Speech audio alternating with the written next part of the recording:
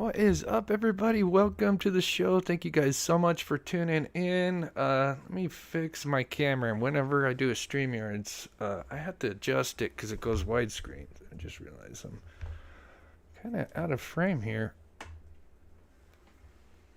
A little better. I'll fix it here when I get a video playing here. I hope everybody's doing well. Thank you guys so much for tuning in. I am Chris with Monsters Under Our Bed. We cover true crime, mystery to the missing. Today we're going to be going over some latest details when it comes to the Gilgo Beach victims, Rex Heuermann, and there were some things that came out last week regarding some witnesses that had come forward linking what could be possibly Shannon Gilbert to Rex Heuermann. So if you're new to this case or to some of the different connections, we'll kind of recap a little bit. But as always, we like to give back by featuring the missing before we get started. So let me do that and just make sure. Okay, you guys can hear me. Volume's working. Good deal. All right. So today's missing, we have Chelsea Graham. I featured her a couple times. She's 32 years old. Went missing late September. They found her car early October. She was traveling, from San Francisco or San Diego, so from California to Connecticut. Looks like she made it to Arizona. There's some video of her where she was a body cam footage of her talking to an officer. It was a really nice officer.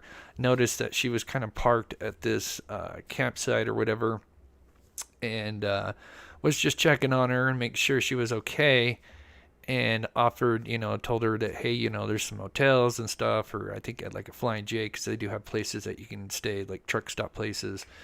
And so that was kind of like the last footage of her. And then I think there was like a witness that saw her like a day or two later. But then she was last seen at this campsite, and they found her car, but no Chelsea. So just 32 years old. That's in northern Arizona. If you have any information, you can call 928-774-4523. And this may be a case that we may actually cover on this channel, because it is kind of interesting, and see what we can do to help. Anyways, just a quick shout out real quick to Stark. Thank you so much. Mob Crew is an awesome channel. Thank you so much. That means the world. Been doing this for 2 years. We're getting close to that 100K. Maybe by the end of the year. But either way, I'm so happy, and I wouldn't be here without you guys' support. And thank you so much for the $10. You are so awesome, Stark. Please show Stark some love in the chat. I do have a new outro. I don't have the music set up, but I do have a new outro that we'll do at the end. So, all right, let's get going. So I'll just kind of recap the story a little bit. As a matter of fact, I'll play this video so I can adjust my camera a little bit more. And so there's kind of multiple layers to this. Obviously, we got Rex Heuermann. We've got a lot of bodies that were found. And so we'll just kind of quickly recap, and then we'll go over these witness statements. I actually have the actual affidavits that they signed. These are their statements. And so we will look at those. They're not very long. One's 3.5 pages. And the other one, let's see, this is 2, that's 2. Let me look at the other one real quick. Have them both up and ready. So they're both, just about 4 pages, one a little bit longer. But it's basically statements from different time frames involving Rex Heuermann. And very interesting because it's connecting him to other victims that we possibly assumed he could have been involved, but we're talking about nearly 10 bodies in this entire case. And right now he's being charged 3 out of those, and hopefully a 4th. There's supposed talk that the 4th charges is coming soon. And that's in regards to what is known as the Gilgo 4. Right now, he's only charged with the 3 girls on the right, Melissa, Megan, and Amber, whereas Maureen, they didn't have, maybe they didn't have enough time to get the charges against Rex on her, but I believe that is coming. But before they found their bodies, Shannon Gilbert is kind of what started this all. So we'll What's up, Mob Crew? Today's Let me just skip this a little bit to the intro. And this is just kind of recapping the beginning of the story. So let me minus that.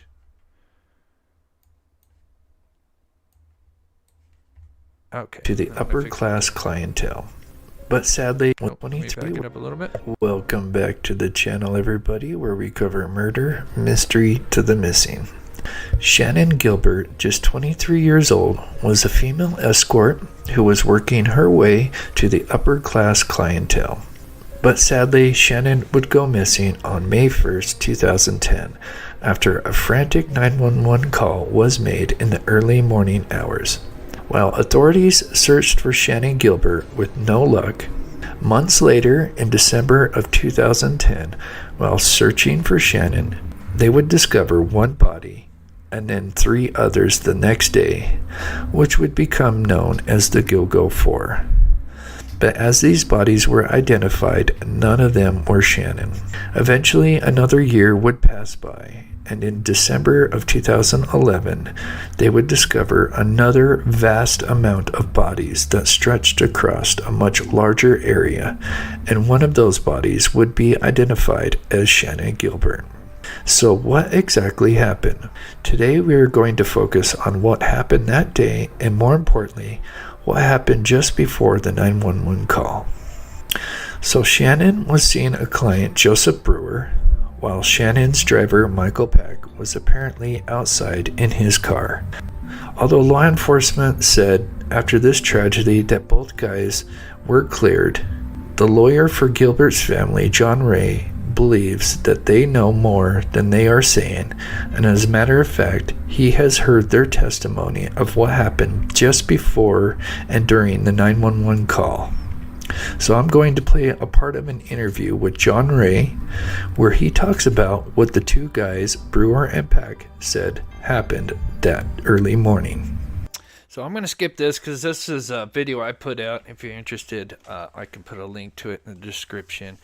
But I just go through the John Ray interview because he interviewed both guys and found out that they had told basically some conflicting stories. But this whole case begins with Shannan because they would have never found the bodies of all the other victims if it wasn't for Shannan, because as she was seeing this client, Joseph Brewer, her driver, so I'm just going to kind of fast forward it here, but her driver was supposedly waiting in the car. There were some things that happened. We don't know exact details. We don't know if they're telling the truth, but she got freaked out. Michael would come in the house and supposedly saw Joseph choking her. Then eventually she would run from both guys. She would run down the street and she would end up at one neighbor's house knocking on a guy named Gus's door. He did answer and was asking her questions, but for some reason she started running again. She would get to another house at the bottom of the street here, again knocking on the door. This one, the person did not answer, but did call 911. The problem is, I guess, when these people had called 911, including her, because she couldn't, she was so panicked she couldn't give the location. One of the other residential people that called, I guess the officer or dispatcher gave the wrong location, so they didn't get there quick enough, unfortunately. So then she would run into this field to the right here, and sadly they tried to look for her, and while looking for, they would eventually find the bodies of what was known as the Gilgo 4, and then would eventually find Shannon as well.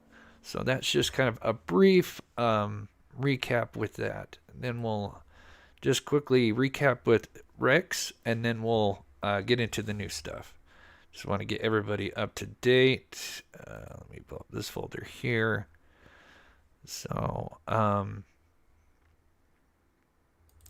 and just to kind of finish a little bit with Shannon, when they did eventually find her body, they ruled it as an accidental death, but obviously the family felt that this was foul play involved. They would end up doing a second autopsy, and they found out that she did have one of her hyoid bone in her neck. It was had been cracked, and actually I think it even had a hole in it. And this is consistent when somebody is being strangled to death. You will, not all the time, but in research, it's common that the hyoid bone in your neck will crack or break, or so they noticed that was very suspicious. So they feel like something did happen to her when she could have ran into somebody. Could have been Rex. And so this will lead into what we're going to listen to with the new witnesses coming forward. And then just a little bit on Rex, for those that are new to this case. So Rex was an architect. He did building stuff, and he had an office in Midtown Manhattan. He lived in Massapequa Park, and he does, now he's divorced, but he did has a wife, Asa, and then he had 2 adult kids. Then he also has a brother who lives in South Carolina. That's a kind of he was actually going to retire and go move to that property.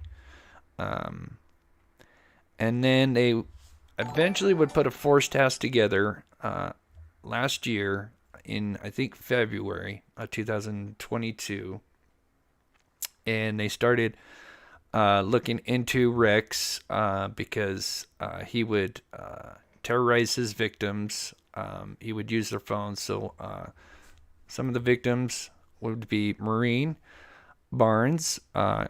She was last seen on July 9th of 2007. Her remains would be found along with the others in 2010. Then we have Melissa, last seen in July 10th, 2009. And then we have Megan, June 6, 2010. And then we have Amber, last seen September 2nd, 2010. And that's just the Gilgo 4. They would also find an additional, let's see, I think there was 10 bodies in total. I think there was 8 in the near area, Gilgo 4, and then the other 4, many of which were named as Jane Doe's or John Doe. But now one of them, Karen Vergata, would be finally identified. And I think they identified Peaches and her daughter, Jane and Baby Doe, but they haven't. I thought they said they were going to release their identity, but maybe they're waiting on that. So, but eventually they would catch on to Rex, and they would start scouting him out. And just as early as this year in May, this is pictures of Rex, because he would use burner phones. And this is him going into what looks like a T-Mobile store on May 19th of this year, buying minutes, and he was paying cash to hide a digital trail. To me, I think because at this time, he's only facing charges of 3 out of the Gilgo 4, but it's clear that all 4 were probably taken by the same offender. And I think they were, trying to get everything in line to get those 4 charges. But I think in May, he was gearing up to possibly attack another victim. And so they had to jump in and arrest him. And that's just my theory, but I wouldn't be surprised just with what he was doing there. So now, just recapping and getting a little bit up to date, John Ray, who is the attorney for Shannon Gilbert's family, has been very outspoken with this case. And I'll get to chat. Sorry, I'm trying to get everybody caught up here. So here is John Ray, and let's see right here. So he is the attorney for the victim's family, has been very, very outspoken with this.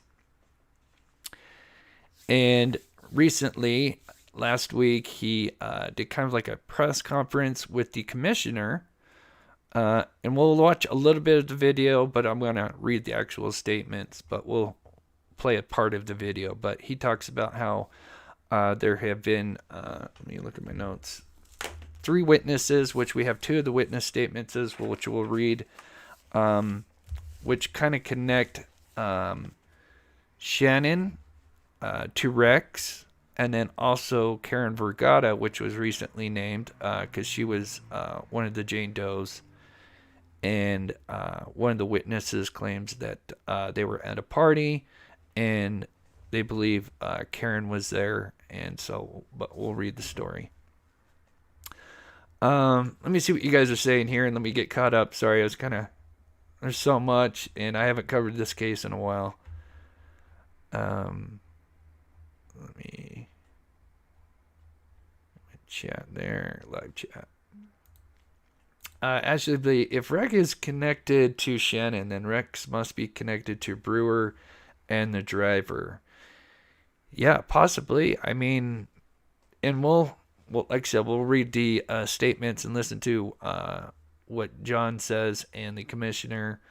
It is interesting, and it wouldn't surprise me. There could be a couple scenarios. Was he chasing her, or was he maybe? Me and Steve were talking about this. Could it be possible that he was like burying one of the bodies or getting rid of a body and just happened to come across her? There's multiple scenarios I guess you could think about. Thank you so much, Ashley B, for the $10 in your statement. But yeah, it's quite possible. Clearly he was into this kind of work. Dealing with this clientele, so it's definitely possible that their paths have crossed many times.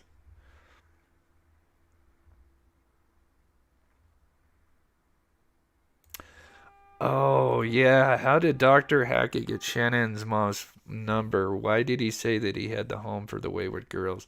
Oh my gosh, Dandy, that's a show in itself. That Dr. Hackett guy is a weirdo. And not to get off track, but Dr. Hackett, let's see if I can pull it up. Do I have a map of... I'd have to probably pull up my video again. What's up, Mob Crew? Today's video, we're going to be breaking down Shannon. Sorry, I don't have my entire folder. But Dr. Hackett, just to kind of not get too off topic. Apparently, Dr. Hackett, at one point, I think he's moved now, lived in this area here. And basically, people think he made up some stories that he ran into Shannon. And he had some info. And anyway, long story short, people think he's just a person that likes to just get involved in other people's affairs. And is just a pathological liar. But he is a doctor. Yeah, that's, like I said, that's you have to have a whole show on that guy, because that is a crazy wild story. All right, let's get up to date. So I'm going to start out the video a little bit just with John Ray talking about the details, and then we'll actually read these statements instead of listening to the entire thing. We'll just kind of go back and forth. This is has arisen. Tell me, So there's John Ray, and then there's Commissioner Harris right next to him, which I think is a great thing, because it sounds like clearly they are working together, which is great. And I think since he's came into office, because clearly there was corruption before Harris with Burke, the previous commissioner. So, and it seems like they're open to, all ideas and witnesses, and are not going to turn down anything, especially when it comes to this case. So, I do respect that. Some of the stories are a little, I think some have some concerns, but curious to see what you guys think. But here, we'll go ahead and play it if you haven't seen this. Tell you I'm ready. Good afternoon, everybody. We're here today because new information has arisen in this case from witnesses who were so far unknown. Those witnesses, of which there are 4, have given us statements, 2 of whom have given us affidavits regarding this case, regarding Rex Heuermann and Shannon Gilbert and Karen Vergata. Can you guys hear that okay? Like I said, I'm not going to play the entire thing because it's 30 minutes. I'm just going to play the intro where he talks about how he got this information. And then, like I said, we're going to actually read the statements. So they're not very long. There's 2. He mentions there's 3 witnesses. We only have 2 of the statements right now, but I'll read them out. But they're very fascinating if you haven't heard them. Before I talk about them, first, I want you to be aware that here stands the commissioner, as you know, with me.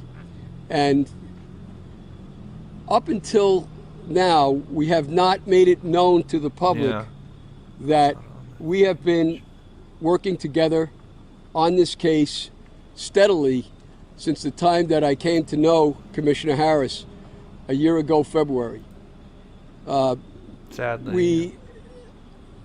Up until that point, the police department was very resistant to receiving any kind of evidence or information from my office from what I was doing. That all changed significantly when Commissioner Harris stepped in and we began to collaborate. And we've collaborated ever since. That collaboration has had fruit. And that fruit, at least, are the witnesses I'm going to be talking about today, as well as other evidence and information which we have shared together and with the police department, therefore with the task force. So it is true to say that our cooperation has given rise to more substantial, valuable evidence in the entire case of the Long Island serial killer. So with that in mind, I'm very pleased that Commissioner Harrison has seen fit to open his mind and to do what I'm suggesting has been done, contrary to all those who have come before him. And he's approaching this case in the right way. He's the right man for the job, and he's done his job well. Totally agree. As to the witnesses, as to the evidence, in no particular order of importance, because so much of it is important. I have stood as a beacon as a civilian beacon to the people who are involved in this case to come and talk where they didn't want to approach the police out of fear, out of apprehension, out of in some cases, a natural distaste for the police department because of the work these people were in. So they would then come to me and speak to me, and I would interview them, and we would then cooperate, them and the police department. So I like that, especially, so I think it adds at least some validity to their stories. If you haven't heard them, we're going to read them here in just a second. She got away after they tried to harm her. Sorry, I have to be careful with that word. Yeah, possibly. I mean, one admitted seeing the other one choking her. So definitely could have been, that definitely could have happened for sure. And that's in regards to Brewer and or Pack. When it comes to Gilbert, I'm assuming that's what she's talking about. It is. It's confusing because the news story has her at Rex's house with swingers. Yes, and this would be with the one of the witnesses in Vergata. I guess I don't want to jump ahead for those that haven't heard the story yet. So I'm going to go ahead and read it here in just a second. And so, with that in mind, the first two witnesses I'm going to talk about are both of them are not Suffolk County residents. I should point out that we obtained from these two affidavits. Their names will go unmentioned. Their names are blotted out of the affidavits, but the affidavits will be available to you right after the press conference. As to the first one I'll talk about, this is a witness who has every reason to have no bias, no interest in the case whatsoever. She was not a sex worker, is not a sex worker, and instead, back in the 90s, in the 1990s, she was what is known then and now as a swinger. Okay, so we'll stop right there, and I'll just kind of read it. Let me take a sip here. They're not very long. Like I said, we only have the two out of the three, but they're very fascinating. And let me pull this up. Okay, so that's the other witness. So the name's obviously blocked out. I'm going to go ahead and read this. This may shock some if you haven't heard it before. And I wanted to read this because there's some stuff that's left out. I think he tells most of the story, but I think there's some new stuff in here. Nothing major, but it's still interesting. So this one is, let me look at my notes. This one he refers to as witness 1. It's female. She was considered also a swinger and she had a partner. And if I'm assuming most probably know what a swinger is, but if you don't, you and your husband would go to a party with another, husband and wife and switch partners. That's considered swinging. Now this is back in 1996, so keep in mind this is back in the mid 90s. So I'm going to go ahead and read it here. So it begins that I'm reside in the state of New York. I'm sound mind and memory. And I'm here to present facts that as I know them to be true to John Ray in this affidavit. I have asked John Ray to prepare this affidavit. Let me skip forward. I have determined to come forward with facts within my knowledge because I wish the truth to be known about Rex. Let me see if I can blow this up just in case you guys want to switch this over. This is the one thing I hate about Windows 11. This stupid thing. Why does this got to be up there? Why can't they have this thing to the top right? Because when I'm trying to move a window, that thing pops down and then I'm fighting it. Anyway, moving on. Okay, so where did I leave? And I've determined to come forward with the facts within my knowledge because I wish the truth about Rex Heuermann and others, including his wife Asa and a woman I believe to have been Karen Vergata. I believe that great harm came to that woman. I believe to have been Karen Vergata. I believe that great harm came to that woman. I believe to have been Karen Vergata when she was... So, okay, this is worded weird. I think whoever typed this out, especially with the other one, they're missing some words. The vernacular's not the best. No, but I'm certainly no judge. Anyway, I believe to have been with Karen Vergata, I think as it should say, when she was at the Heuermann home in Massapequa Park in New York, in or around Valentine's Day in 1996. I feel heavy responsibility as to her. That is why I contacted John Ray. I am a former swinger. I am 54 years old. A swinger. Okay, I just explained what a swinger is. She had a partner that was an NYPD policeman around 96. He is known to me and to Mr. Ray as RW. So keep that in mind, not to be confused with RH, which would be Rex Heuermann. So RW is her partner.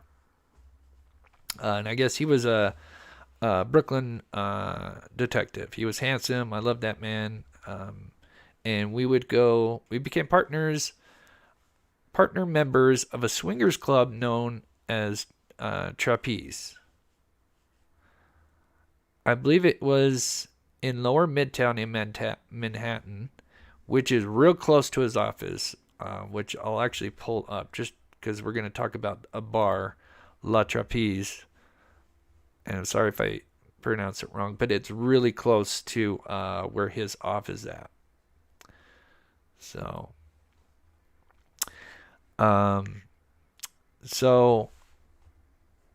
sex amongst partners there was common and encouraged, including on the premises. I believe that as many as 300 members and their partners could be there anytime. I and my partner went to the trapeze several times, engaged in stuff with other couples there several times. I saw others doing stuff there as well. This kind of stuff took place in rooms and in a big room as well.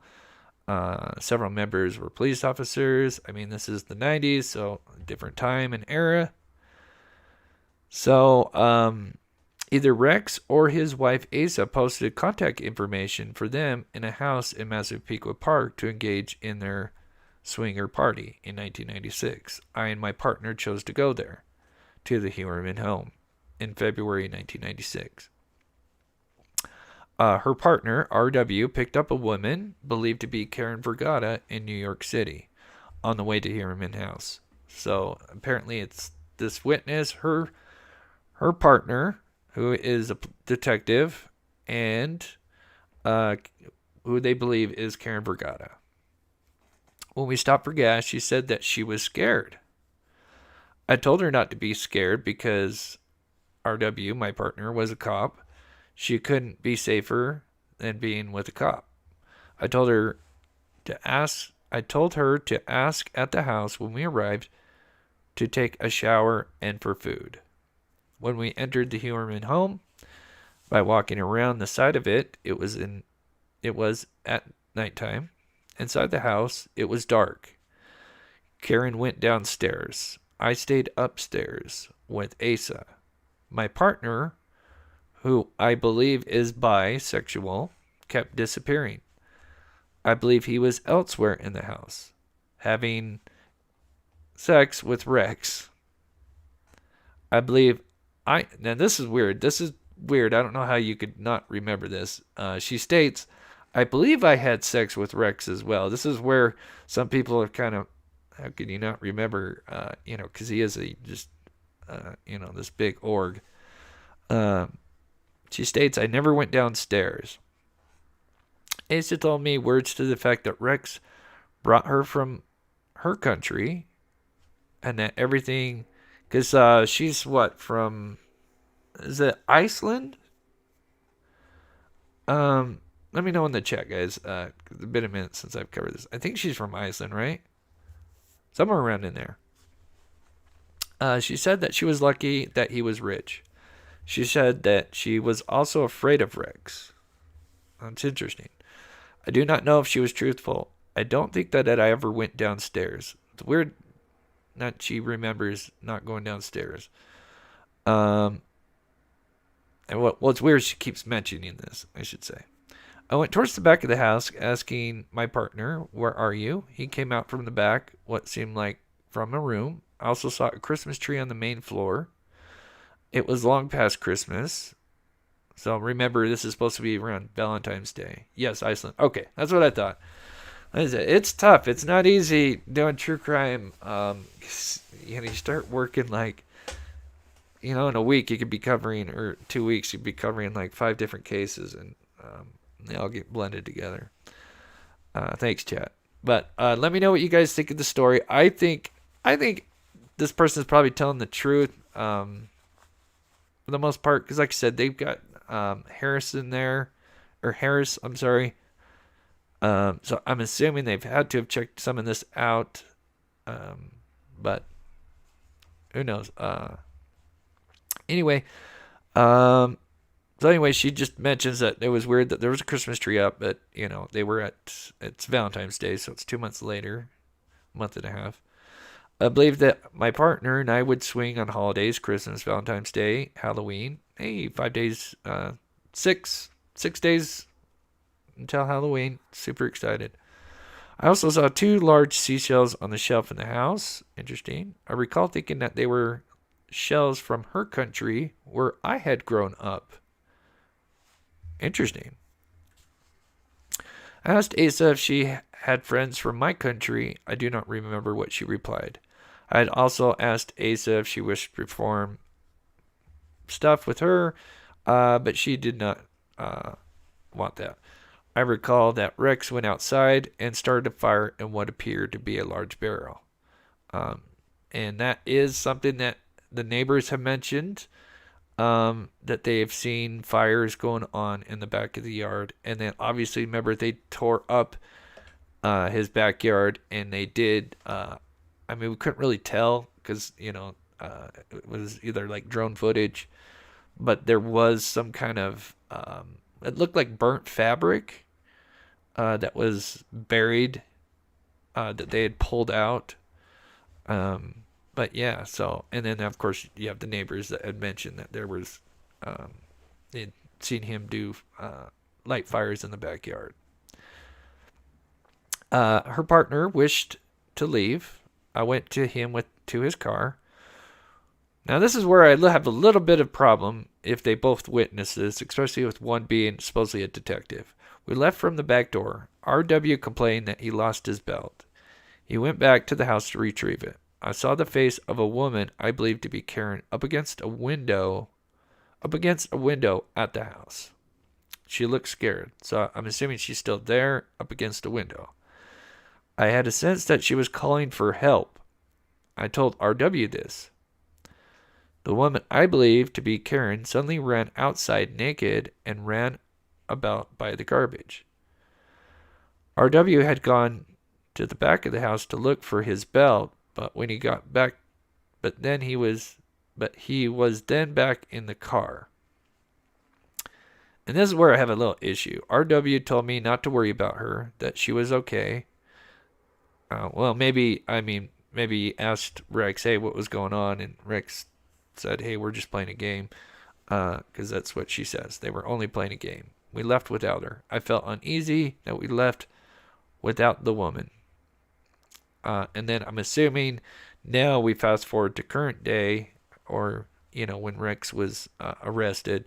I saw Rex on TV recently in a picture of Karen Vergata. I recognized her as the woman who my partner and I brought to Heuermann's home. I was shocked and deeply sorrowful for having left her behind at Heuermann's house. I told John Ray these things because I needed to speak with him so that Karen would not be left behind again. So, that's a lot to unpack. What do you guys think? Let me know in the chat. I think it's truthful, but there's some things that are very shocking. But I could see the swinger thing because Asa, that means, but what didn't she like to do cosplay? I think that was that's been I don't know if you could say rumored, but that's been talked about that she did cosplay and stuff like that. So not saying that cosplay people do swinger stuff, but it just obviously 90s is a different time.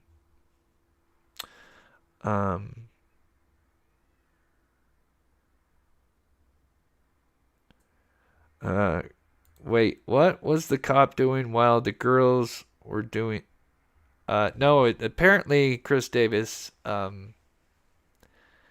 is her partner that she brought, RW, was having intercourse with Rex Heuermann.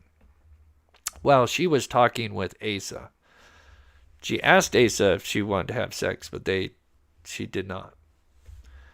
So, and then I'm assuming Karen, who knows, maybe they had a threesome. Only speculation from there. This is the weirdest story. I mean, really, yeah, it is odd. I know that there's some people's reactions from the video from when John Ray had announced this. I do say that it's weird that she couldn't remember if she had intercourse with Rex. I would think he would remember that or not. But then again, I don't know if you're she doesn't mention drinking, but I'm assuming alcohol would have been involved. Maybe she just didn't remember. Okay, so that's the first witness. That connects Karen Vergata. Now let's go over to Shannan Gilbert. But yeah, it's pretty shocking. Now this one, let me take a sip. This one's a little bit tougher to read. I'm not gonna lie.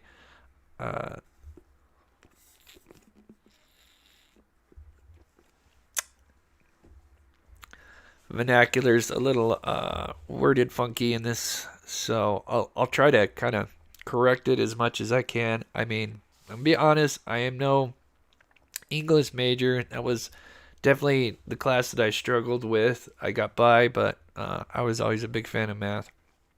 So this is the second witness. So just a background on the second witness. She is supposedly a banker, but so she is a one-parent family, which means this is a female, and clearly the spouse or whatever, the father is gone. So she's trying to raise, it doesn't say how many kids, but clearly she's a parent. And she's the only breadwinner, or the only one bringing in money because she's the only one. So she's a banker, and she also does a taxi driver at night. Poor thing. So let me look at my other notes. Let's see. So this once again talks about that she lives in Suffolk County, New York. At first just talks about that she, brought this information amongst her free will to John Ray on September 15th. So just a little over a month ago. She just talks about that she saw that John Ray was representing the family of Shannan Gilbert. I trust him. I'd seen him on TV. And anyway, okay, so we're going to go to in or about October 2009. So let me just remind you guys that Shannon went missing in May of 2010. All right. So I was a taxi driver in Suffolk County, New York. I was employed as a taxi driver by the Colonial and other companies at that time. I believe my employer was located in Sayville, New York. My employer's dispatcher directed me at the time to drive to a little road off Ocean Avenue to pick up a customer. This place was a bar, not far from Exit 59 on the Long Island Expressway. I was to have picked up a person named Matt. But this would not be, this guy was not Matt. When I arrived at the bar, I observed an extraordinarily large man wearing an army-like fatigue jacket, crouching down on a very small street next to the bar where I had pulled up. He rose so that I observed his immense size. So I'm assuming she's saying he's sitting on the curb, it sounds like, outside the bar, and then got up. She saw his big stature. He approached my cab. He appeared to be wearing jeans and a white t-shirt. His hair was more or less light colored, but not blonde. He was a white man. I've been told by my dispatcher the place of destination for this customer, but I no longer can recall that location. That would make sense. We're talking 13 years ago, 14 years ago. This large man approached my taxi to enter it. His words to me seemed arrogant. He entered into the rear of my taxi. He sat in the rear seat, on the edge of the seat, and in the middle of it. He said to me words to the effect of, "We're going for a long ride in the woods." So keep in mind, she's a female taxi driver. And indicated that we had to pick up a girl who was in a house across the street from the bar. So he gets in the cab saying, "We're going for a long ride in the woods, but they need to pick up a girl across the street from the bar." That is really weird. Very creepy. My taxi was stopped very close to that house on a very narrow side street. I could see a white girl in a window in that house. I believe the window in the house where I saw the girl was open. I told the large man I could not take him on the trip he had indicated, that I had to clear it with my dispatcher. He argued with me. He said words to the effect that, "Are you being a smart A?"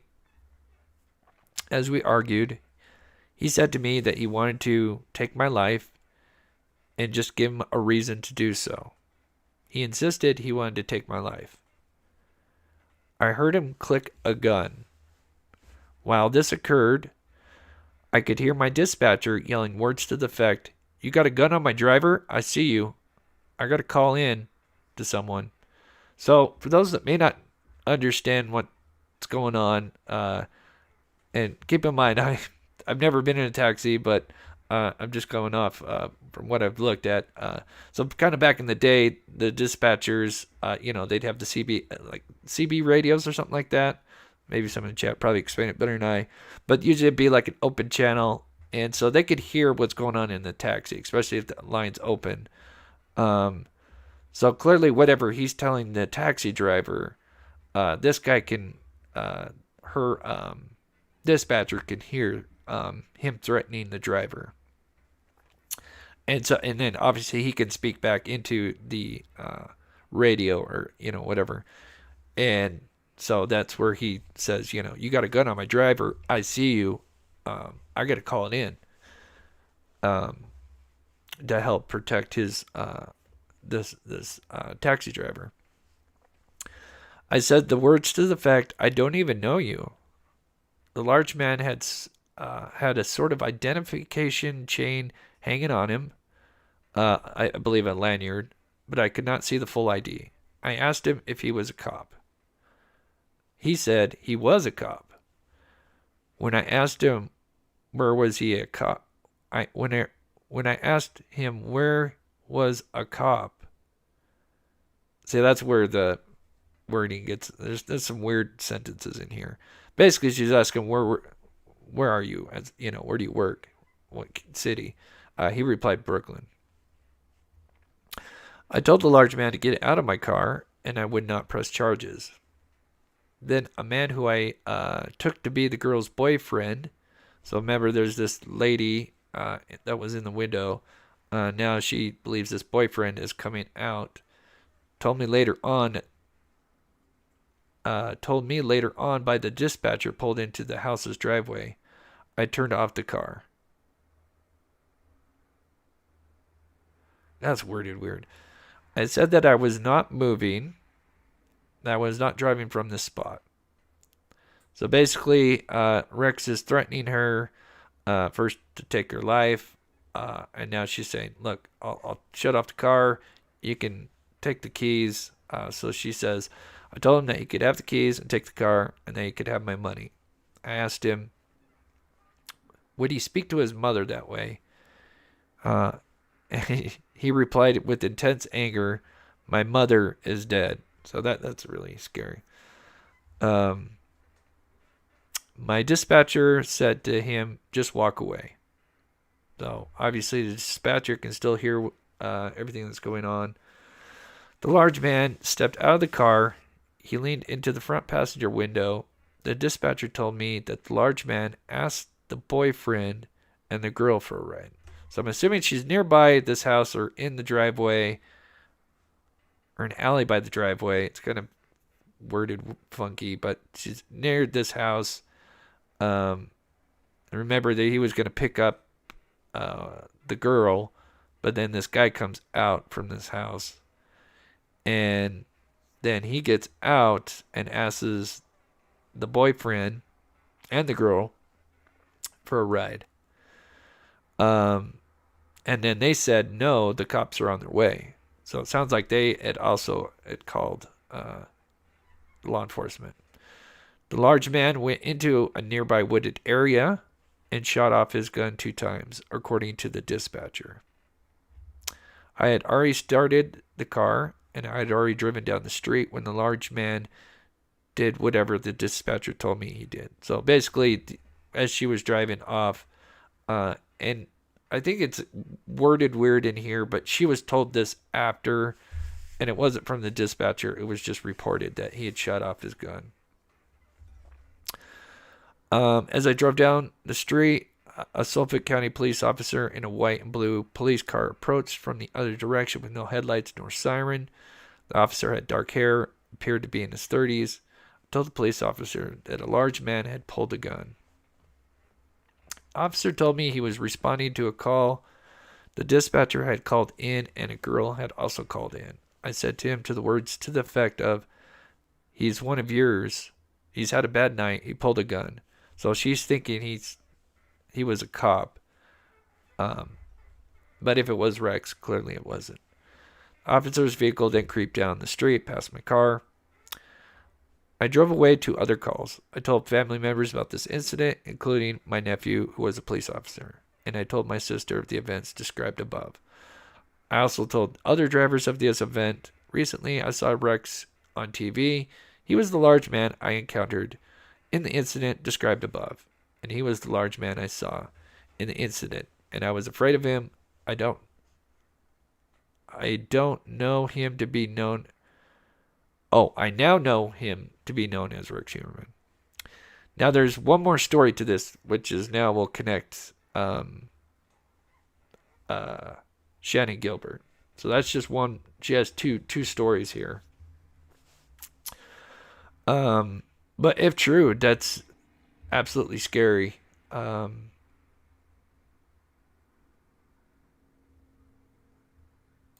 Exit 59 off LIE can lead to Islip Airport, MacArthur. Shady area.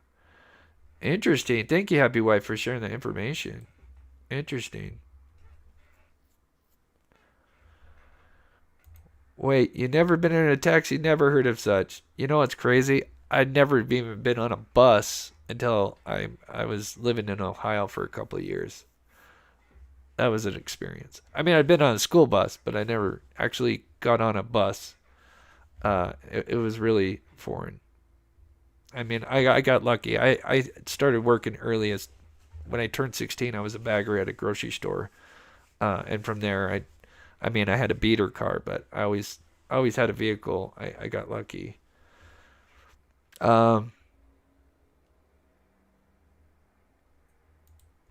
Dandy, I find it hard to believe all these people would say basically the same thing and it not hold some validity. And then, like I said, you have Commissioner Harris, which it's really good to see him standing next to John Ray. I think that's great. I'm sure there's going to be some people that are just going to be out there to get attention. That happens with a lot of big high-profile cases. But, if this person's telling the truth, which I'm sure they've had to have, to be able to put this out on, like a press conference forum with the commissioner standing next to him telling these stories, I'm assuming they'd have had to have at least looked into these stories. And like she said, she told her co-workers, her family members. So I'm assuming they've probably had to have interviewed them, and those stories have checked out. And that's just one of two. She's got a secondary one, which is just as scary. And this is where the Shannon Gilbert thing connects into. Um, I know. um, let's see.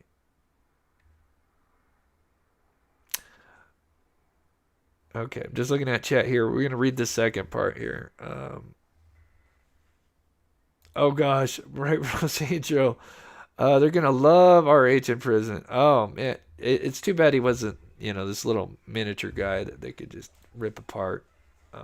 Anyway, moving on. Okay, so she has a secondary story here. It's not very long, but it talks about Shannon, which is really interesting.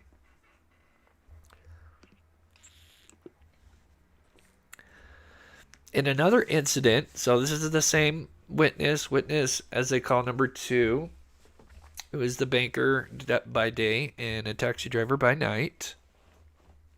In another incident, which I preceded, which preceded the one above by at least several weeks. Okay, so she's saying this next incident. So let me go back. What was that? October? Was it October 2009? When did she say this happened? Yeah, October. Let me write that down. So she said this could be still either October or September, November. Just depending on when the October thing happened. So if this is true, this is kind of wild, actually, really kind of thinking about it. Because this is like an encounter with the same guy. I mean, I guess it's not too strange considering if she's driving around in the same area. I guess it's not that too unheard of. But New York's big. Okay, so anyway, so it's either October or November 2009 when this next incident happens. And it's just weeks after this crazy event with Rex Heuermann pulling a gun on her. My dispatcher sends me to pick up a passenger in Sayville Motor Lodge on Sunrise Highway. Now, I guess this Motor Lodge was known for bad activity as far as using, and then, of course, workers as well. I was told by my dispatcher that the prospective passenger had asked for a female driver. So this person that's calling this company is female, and that she has locked herself in a bathroom in the room at the motel. So she drives behind the motel. I saw a dark, apparently greenish gray SUV. Keep that in mind. On a side street near to the motel. I drove into the parking lot to the left. I looked for the correct room number. When I located it, now apparently, I guess this person that's calling in, had told the dispatcher, hey, when the driver gets there, have them honk and flash their lights on this motel room. So she says, I blew my car's horn and flashed the light at the room. I did this for on and off for 7 to 8 minutes. No one had came out of the room. Then a very large man came out. He appeared to have a bit of a belly. He ran to the side street. He tried to block his face with his arms. Then a girl ran out. She was petite. She was crying and shaking. She entered my taxi in the right rear seat.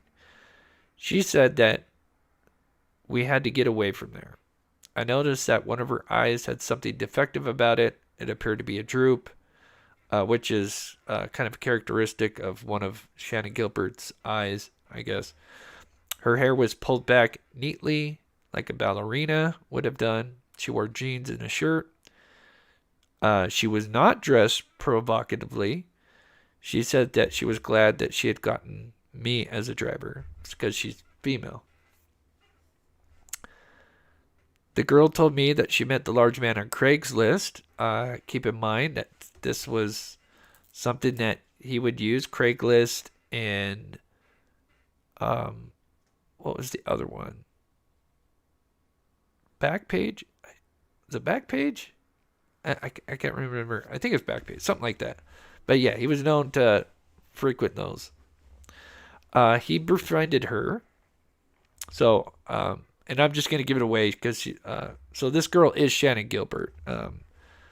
So this is Shannon Gilbert that has ran from this motel room, who they believe is Rex Heuermann, and we'll learn what happened here in just a second. Supposedly he befriended Shannon, said that he would take care of her mom, sisters, and boyfriend, who at the time Shannon did have all of those, sisters, mom, and a boyfriend. She said that, so what happened is when they got to the motel, he had placed, so he told her that he was, I guess, going to give her $1,000 or some odd dollars in an envelope, and handed her a thick white envelope.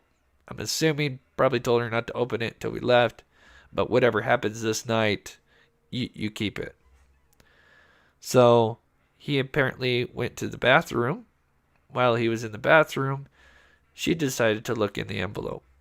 What she found was a bunch of just cut up paper. So clearly he wasn't there to pay her. This quickly shocked her and aggravated, and she got scared. So I'm assuming after he came out, she ran in and locked herself in the door. He started banging on the door. He became enraged and aggressive. And she would then call the taxi company. At the time, so now going back to first person with the taxi driver. The girl never told me her name. I believe this incident took place when it was still a little warm outside. The girl wore a little light jacket, dark color. She had a pocketbook which was just not large. She said that they were always calling her to come out to Long Island. She said that she did not want to come out to Long Island. She told me about her family, her sisters, and her mother. She said that as to her mother, I would not be able to understand her situation with her mother. Much of our conversation took place at the motor lodge and at the train station. So apparently she took her to this train station, and then I guess it was a long wait until her train would come. So it was around 2 a.m. She describes that she had a distinctive voice. She was articulate. She paid me for the ride, tipped me $5. She then sat with another taxi driver in his car waiting for the train because this witness, she had to go pick up other customers. This is when she would learn, I saw her on TV where they identified Shannon Gilbert. I am certain the girl was Shannon Gilbert, the girl that she had helped, from the motel. And that she believes Rex Heuermann appeared to me to be the very large man I saw coming from the motel room I mentioned in my affidavit. I told my dispatcher of this incident. I also told a female manager at the motor lodge of this incident. The manager appeared to be a native of India. I told other taxi drivers about this incident. So she's trying to get the word out, like, hey, there's this big guy, and be on the lookout. I called the police tip line when Rex was arrested. I spoke with a young woman, told her the basic facts, spoke twice with the tip line that day. I had never received a return call. So that is the story of two, and there's actually a third witness. So let's see, what time is it? 7:30. So what do you guys think? Do you think, for her to not just come up with one, but two stories, and then, she tells all of her coworkers, family, I'm assuming they've had to have corroborated some of these stories with some of these people. So I think she's probably, she seems pretty credible. But let me know what you guys think in the chat. But it's interesting. And then we're play one last thing. I'm going to play the video where he talks about witness 3, and basically he talks about how Rex likes, because obviously with more than one victim that after taking their life, he would use their phone or a burner phone and call the victim's family, taunting them, because this guy's he's an absolute monster.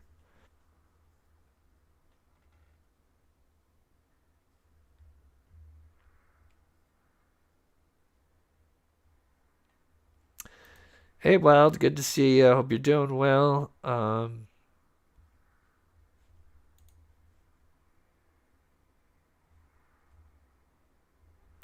D says no reason to lie about it. I would think they would probably verify some stuff.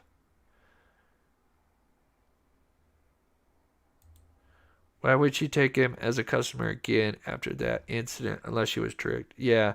So obviously we don't know if that was true, but maybe because of that incident at the lodge, that maybe she saw a side of him and knew, and maybe he said some words to her, because obviously we don't know what was said inside that motel.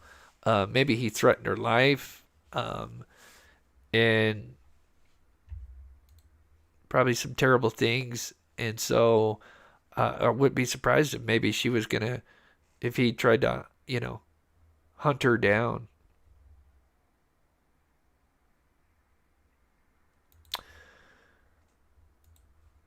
Okay, Copper Horse, good to see you. FYI, Asa Eller was born in August of 1993 in South Farmingdale, New York. So is it her family is from Iceland then? I'm assuming that's got to be what it is. Because clearly there's connection to Iceland, because she goes there. Maybe I'm assuming that's maybe what that is probably her family came from Iceland to New York. Anyway, last little bit here. So I'm going to skip this. Let's see, where do I have it at? 19 minutes. And thank you guys so much. If you haven't already, please hit that like button. It really helps this channel out. Load this up here. So here is John Ray, because we don't have the affidavit for the witness 3. But it also connects a lot of this as well. Clearly recalls being picked up. She was a street walker. Okay. Now, the third witness has not given a statement yet. The third witness contacted me from Oklahoma City, Oklahoma. Yeah, that witness okay. clearly recalls being picked up. She was a street walker. She gets picked up by Rex Heuermann. Oh, okay. Thank you. He, in Queens, and he drives, I think, near the big center there in Queens, and he drives her into a park in Flushing, where he makes her keep her head down at all times, commit oral sex, and then he has a pistol in his hand and tells her, "Get out of the car or I'm going to kill you, and don't do anything." Okay, just a little background on this witness. So, each witness 1 was a swinger that had a boyfriend that was the police officer. Witness 2, banker, taxi driver. This witness is, a sex worker at that time. Accept what I tell you to do or I'm going to kill you. So she gets out of the car and he tells her, before she does, he tells her, "I want you to pick up another person, another customer." She gets out of the car and immediately pulls up another SUV and a man driving it, an African-American man. And the guy that picks her up is white. And she gets in the other guy's car. And the driver, Rex Heuermann, follows the car. They go. Finally get out of the car because she panics and pulls the wheel because she sees a cop car coming. So the cop sees them go jaggedy off the road, and the cop stops them. The cop then goes back, talks to Rex, and the other driver who gets out and walks back. Cop comes back and tells her, lady, if you want to make a complaint, you have to go to the precinct, and drives away. That's her story. She also has no reason. She refuses to come forward. She refuses to have herself identified. I know her name. I know her address. I've given it to the police. They're aware of it, and presumably they're investigating it. You see the pattern. There's a pattern of a guy who likes to play kind of sporting games with the sex workers, chases them, haunts them, hunts them. That's what we're looking at here, we believe, anyway. The fourth witness, and I'll finish on that, she comes from another state, and she's contacted me as well. I have very lengthy notes and recordings of what we discussed. She was a sex worker for many years, back in the time when all of these killings were occurring, and she serviced Rex Heuermann. She said that she would service Rex Heuermann over 20 times, and that he was a serial user of sex workers. He would sometimes have them come 2 at a time to his house, and his wife was home upstairs, and in one instance got very angry at one of the sex workers because the wife believed that the worker had stolen an iron from, for ironing clothes, and had it in the car with the driver. So the driver had to get out. Everybody had to search the car. There was no iron. But the wife knew about it, and knew about, obviously, what was going on in order for that to happen. So she says that... Must have been an expensive iron. Geneva, thank you so much for gifting 5 mob crew memberships. That is so awesome. Congrats, Happy Wife, Melissa, Golly, Miss Holly, Susie, and 7 Beauties. That is so awesome. Thank you so much. Please show Geneva some love in the chat. That is really cool. I really appreciate the support. You guys are awesome. I will talk about what I've got coming up after this little bit here. But if you're just tuning in, we're just kind of recapping. I know this came out last week, but the affidavits, I think they got released shortly after this, but I don't know how many channels actually went through those. And plus, it's a case that we've been keeping an eye on this channel, and just haven't had time to catch up on this. So I did want to catch up, because it is fascinating, especially if there's always people that thought that there was some kind of connection between Shannon and Rex, other than just Shannon being the one that was really the catalyst to leading to the other girls being found. But there could be an actual connection, which is really interesting. In her experience with Heuermann, he was never impolite. He was always nice. He was always funny. He treated her well, and there was no violence. But he certainly had contact with Rex constantly for a period of several years. That's as much as I'm able to tell you. There's plenty of other new evidence, which I think it will take too long at this press conference to discuss. There's plenty of new other evidence that's similar in kind and consistent with the kinds of things that I've just described to you. So with that thought, I'm hoping that the police department will continue along with the task force, that they will continue to look into these things, investigate them thoroughly.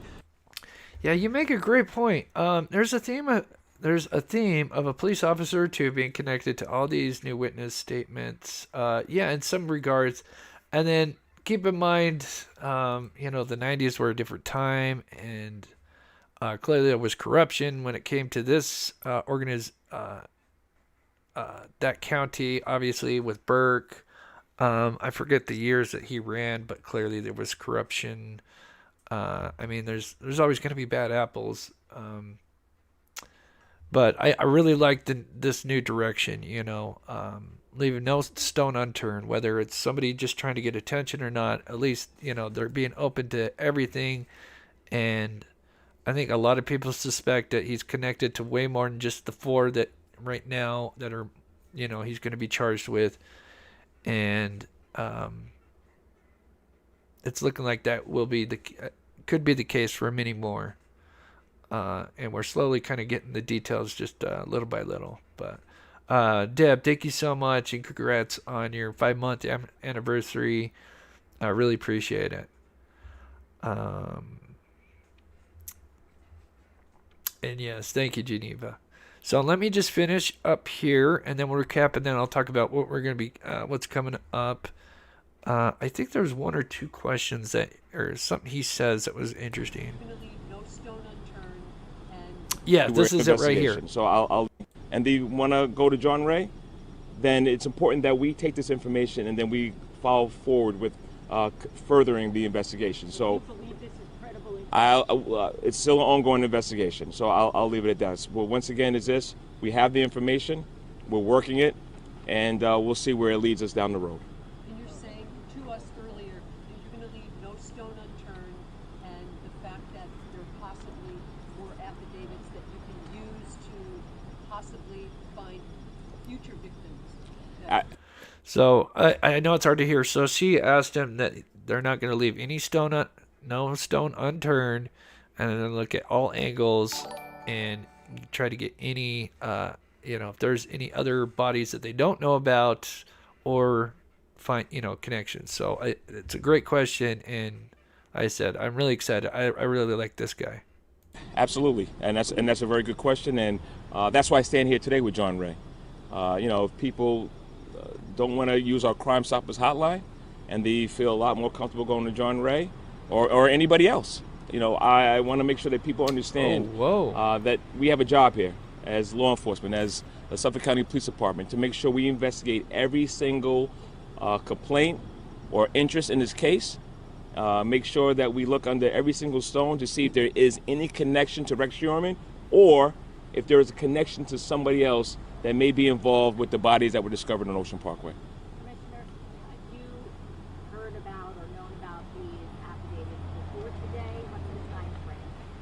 So we could go about a month and a half, depending on 2 months, depending on each one. For one of the affidavits, I was actually sat down with the person myself. That just shows you my vested interest in it. That's good to hear. Listen, this is something that's very important to me. I'm going to continue to grind to make sure. So it isn't just John Ray going out finding, there's people calling in, or, there's just random people off the streets. I mean, they're having official sit downs with these witnesses, getting statements, and I'm sure they're going to look into them, and not come out with press conferences without having looked into their stories. So that definitely makes me feel comfortable, and excited to see what they get coming in the future. Black Widow, thank you guys. Love you guys. Thank you so much, Black Widow, and a member for 2 months. I appreciate the support.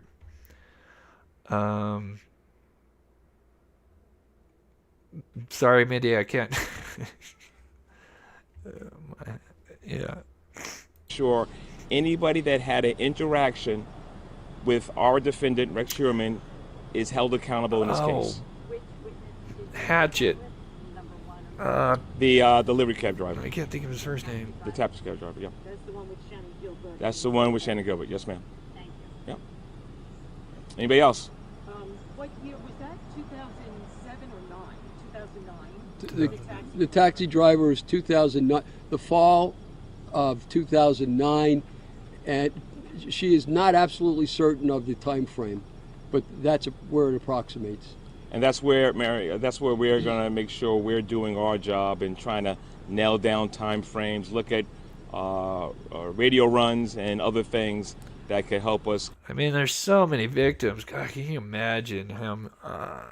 It's going to take a lot of time to piece everything together. I can only imagine just 4 victims alone to piece all that together. But then you've got a total of 10 bodies. So, there's mentions of more possibly, but at least in the area, there's, the 8, and then there's the other 2 that were kind of spread out.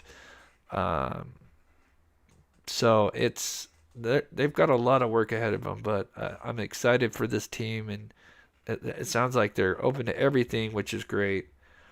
And,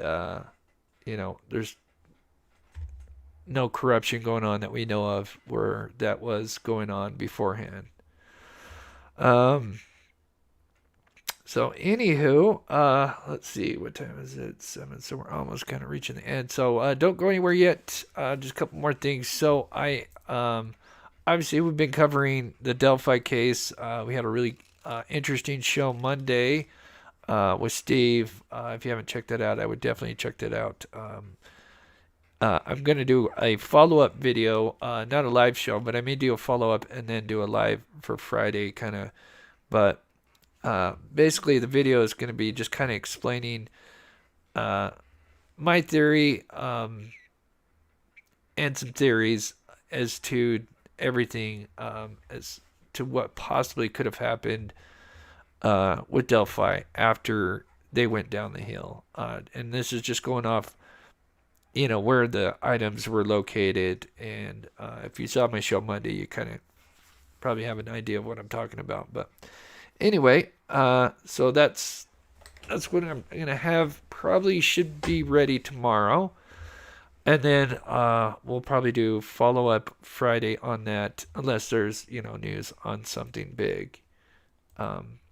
Maria Torres, thank you so much for the $5. That really helps us out. And we're still, obviously winter's coming. That's going to be tough. We do like to go out and help cold cases. Steve's still working on some. And we're a team in this, and we are already talking about plans for next year, and getting out of there even earlier, and probably maybe starting with California because it'll be a lot cooler, be warmer, and we can go out there earlier in the year. But there's a case out there.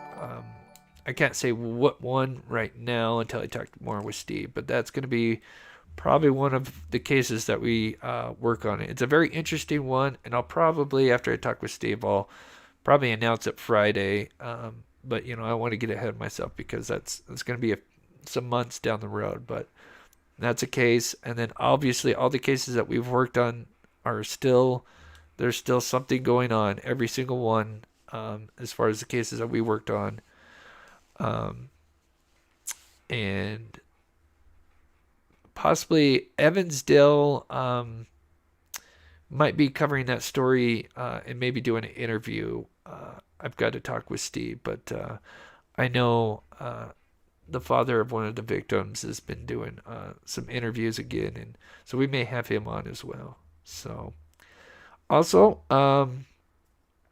we'll probably do some polls and see what you guys want me to cover.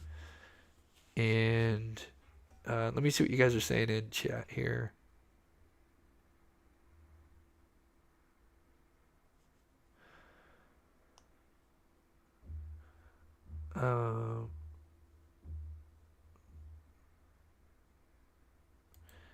Yeah, so on the swinger nights, it from what they said is, so basically you have one couple, you have the witness and her, I guess, boyfriend or partner cop. They picked up Karen Vergata, so you've got the three of them. They believe it's Karen Vergata. I guess we've gotta be careful and say they believe it was Karen Vergata. So it was the three of them. They went to Rex Heuermann's house, and it sounds like it was just Rex and his wife there. Now, apparently, the female, she never went downstairs. She mentions that multiple times, which sounds like that's where stuff was going down. Maybe Rex and her partner, and maybe Karen. I don't know. Who knows? But she was mainly with Asa, talking with her. Maybe they're hitting it off because they, guess, have connections to Iceland. So, but yeah, so you would have 5 people there, if that's what you guys are talking about with that one, just to clear that up. But yeah, during these times, they had just been married, because I know that question came up. So, great show, Chris. Thank you so much. As I said, I'm excited for the video I'm going to have tomorrow. And yeah, like I said, that'll be Delphi, and then we'll probably do a poll for the members. Bloopers probably next week, because I'm still trying to get some old footage, because I have to go through my old footage. But let's do pet time before we head out, and we are literally almost 5 days away from Halloween. So excited. Love Halloween. It's one of my favorite holidays. So like I said, next time I'll have the official outro ready. But I was still getting a few more pets in. So we have Beanie. We have a cute little bunny baby. We got Stark. We got the Rottweilers, Chicks, Dance, Brother, and Little Bit. That's so awesome. That is really cool. Thank you, Stark, for showing that. And we got Finn. Such a cute. Oh my gosh. I hope I pronounced this right. This is Ilonka. Love cats. I mean, I love all animals, but of course there's a sweet spot for cats. We got Linus. Beautiful horse. Something I've always wanted to ride. We got Marmalade Tom. I used to have a cat look just like that. Same colors. Little tabby. Then we got Miss Millie. Saying, what's going on? Is it picture time? Then we got Poppy and Oscar. I've always wanted to have a black cat. They're beautiful. Then we got Raylan. Looks like he's waking up. Scamp. That's some beautiful colors. Gray and white. I think those are some beautiful colors on a cat. That's really cool. Then we got Yuki and Rocco. I hope I pronounced that right. Look like might be playing. You can email me if you can get it in today or tomorrow, because I am going to do a video. And then I won't be doing one for a while. So there's the pets. Yeah, if you can get that in, Mindy, just make sure you give me the name of the pet, and we'll get it going. So I've got a couple more that I'm adding in, and I'll have the full video ready for Friday. So with that, and then yeah, maybe by Friday, maybe we might know something about, I don't know. It'll either, most likely, we may not know anything until the 31st, which is the next hearing for Richard Allen. But maybe there might be something, as far as public defender, or maybe there's a bigwig that steps in. It's going to be a high-profile case as far as Delphi goes. So keep an eye on it. Not sure what time. It'll be in the mid-afternoon. So just be on the lookout for it. Probably between 4 p.m. and 6 p.m. Eastern time. I'll probably have it done. So, all right, guys. Thank you guys so much for the support. Please hit that like button if you haven't on your way out. And thank you guys. And special thank you to the mods. Karen, D, Copper Horse, Jocelyn. You guys are so awesome. Thank you so much. And